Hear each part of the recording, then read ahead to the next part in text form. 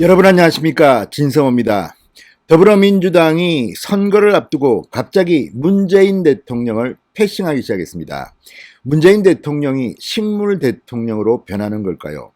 자, 어제 민주당 지도부가 아주 청와대를 깜짝 놀라게 하는 당청 엇박자를 예고하는 그런 정책을 발표했습니다.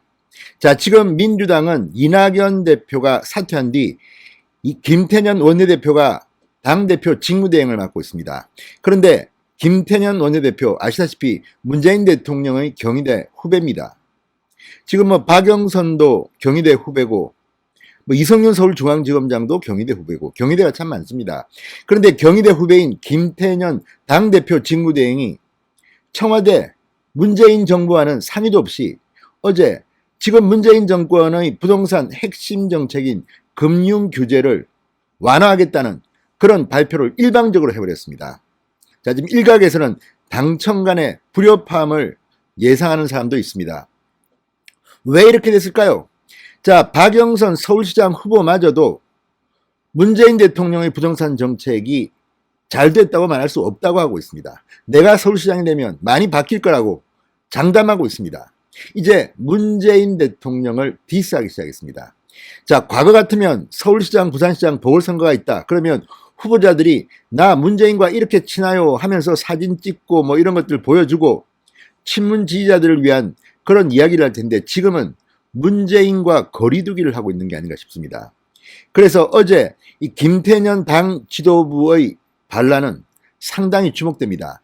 이제 문재인 대통령 지지율도 뚝뚝 떨어져서 이제 조만간 20%대로 추락할 거라는 예상도 나오지만 레임덕이 본격화되니까 아예 민주당이 문재인 대통령을 식물 대통령으로 만들어 버리려는 것 같습니다. 이렇게 가다가는 4월 7일 재보궐선거에서 민주당이 참패하면 문재인 우리 당에서 나가라는 목소리가 나올지도 모르겠습니다. 진성호의 융단 폭격 시작합니다. 더불어민주당을 융단 폭격합니다. 방송에 앞서 아직 진성호 방송의 구독자가 아니신 분들은 붉은색 구독 버튼 눌러주십시오. 더 좋은 방송으로 보답하겠습니다. 문재인 정권의 부동산 정책의 또 하나의 축은 바로 이 금융 규제입니다. 그런데 민주당 홍익표 정책위원장이 어제 기자간담회를 자청했습니다. 그리고 서민 실수요자를 대상으로 LTV, DTI 기준을 상한할 예정이다. 소득 기준과 대상주택 실거래가 기준 등도 상향할 것이다. 빠른 시일 내에 협의를 시작하겠다. 이렇게 말했습니다. 자, 그러니까 빠른 시일 내에 당정 간 협의를 진행한다는 것은 아직까지 정부하고는 소통이 없다는 겁니다. 일방적으로 발표해버렸습니다. 자, LTV, 주택담보대출 비율, 집값의 일정 비율까지만 대출을 받도록 하는 규제인데 이거를 좀 더 풀겠다는 겁니다. 또 DTI, 총부채 상환 비율, 갚아야 할 부채가 연간소득의 일정 범위를 넘지 못하도록 하는 규제인데 이것도 풀겠다는 겁니다. 자, 지금 문재인 대통령 청와대 굉장히 기분 나쁘겠습니다. 그리고 우연인지는 모르지만 어제 김상조 정책실장이 경질됐습니다. 바로 이 정부의 임대 관련 법안 3개가 통과되고 국무회의에서 임시국무회의에서 이것을 시행하자마자 이틀 전에 집값을 올린 겁니다. 전세값을 올린 겁니다. 14.1% 1억 2천만 원을 올렸다고 합니다. 그런데 그때 김상조 정책실장 예금만 본인 예금만 9억쯤 있다고 하는데 목돈이 필요해서 올렸답니다. 이게 민심을 강타하니까 바로 문재인 대통령 갈아버렸습니다. 그만큼 지금 문재인 대통령은 달라졌습니다. 그리고 민주당이 문재인 대통령을 바라보는 시각도 바뀐 것 같습니다. 자, 홍익표 의장의 발언, 문재인 정부의 부동산 정책이 실패했다는 것을 반정하는 것이도 모르겠습니다. 자, 어제 하루 동안 민주당은 굉장히 바쁘게 움직였습니다. 무엇보다 김상조 정책실장이 경질되자 굉장히 당황한 표정이 역력했던 것 같습니다. 자, 중앙일보를 통해서 민주당 선대위 핵심 관계자는 오늘 아침까지 청와대에서 아무런 언질이 없었다. 회의 때도 경질 얘기는 나오지 않았다고 말했습니다. 익명을 요청한 민주당 재선 의원, 선거 최대 악재다. 더 이상 반전의 기회라는 게 딱히 없을 것 같다. 이렇게 말했습니다.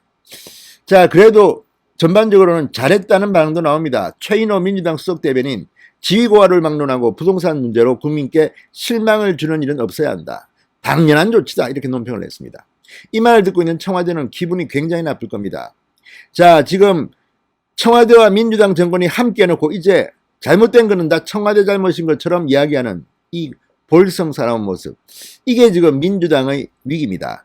자, 서울시장, 부산시장 보궐선거에서 민주당 지도부 또 민주당 박영선, 김영춘 캠프는 계속해서 오세훈, 김영춘 네거티브 전략만 폈습니다. 쓰레기니 뭐니 조강지처를 벌였다느니 입에 담기 힘든 막말까지 쏟아내면서 공격해왔습니다. 그러나 여론조사는 전혀 다르게 나옵니다. 오세훈, 어제 발표된 조선일보 TV조선 여론조사를 보면 거의 25%포인트 이상 박영선, 오세훈이 앞서가고 있습니다. 부산 역시 20%포인트 이상 넉넉하게 일찍부터 박형준 후보가 앞서고 있습니다. 이러니 이제 조금 전략을 바꾼 건가요? 요즘은 읍소 전략, 울고불고 난리 났습니다. 자, 지금 박영선 선거 캠프에서 사실상 쫓겨난 고민정 의원, 피해 호소인으로 불리던 지금 펑펑 울면서 부둥켜 안고 찍은 사진을 올리는가 하면 지금 당 지도부에서도 미워도 다시 한 번씩의 그런 멘트들을 날리기 시작했습니다. 그런다고 서울시민, 부산시민의 마음이 돌아오지는 않습니다. 자, 지금 부동산 적폐청산이라고 문재인 대통령 마스크에 글까지 새겼습니다만 문재인 대통령이 이렇게 사과를 해도 국민들은 생뚱맞다는 생각을 합니다. 왜? 지금 그 분노의 이유를 문재인 정권은 잘 모르는 것 같습니다. 사과 역시 문재인 대통령 밀리고 밀려서 한 사과입니다. 지난 2일 참여연대와 민변이 LH 사태를 첫 폭로한 뒤 지금까지 뭐 했습니까? 어제에서야 검사, 수사관 500명을 투입하겠다. 정말 문재인 정권의 이 무능함을 어디다 호소해야 됩니까? 그러다 보니까 이제 민주당이 심지어 경희대 후배인 당대표 직무대행 김태년마저 문재인 대통령에게서 등을 돌리는 게 아닌가 싶습니다. 어제 이건 상당히 중요합니다. 당 정책위 의장이 당 지도부가 정부와 상의도 없이 이런 것을 덜컥 발표했습니다. 이건 민주당 문재인 정부의 부동산 정책의 핵심 중 하나입니다. 자, 지금 이 말을 듣고 어떻게 생각할까요? 어제 최고위원회 양향자 최고위원, 김종민 최고위원 국민들께 사과드려야 마땅하다고 생각한다. 누가 모릅니까? 왜 이제서야 나왔습니까? 문재인 대통령이 사과하니까 다들 흉내를 내는 겁니까? 이러니 민주당이 앞으로 국민들로부터 외면받을 수밖에 없다는 겁니다. 문재인 대통령의 지지율은 이제 20%대로 폭락할 거라는 예상도 나오고 있습니다. 레임덕도 이제 이미 서울, 부산에서 시작됐습니다. 4월 7일 재보궐선거 결과 안 봐도 비디오, 안 들어도 라디오입니다.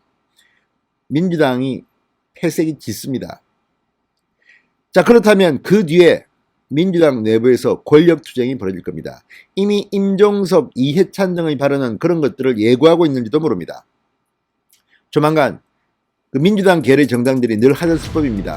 문재인 당에서 나가줘, 당신 부담스러워, 이런 날이 조만간 올 것 같습니다.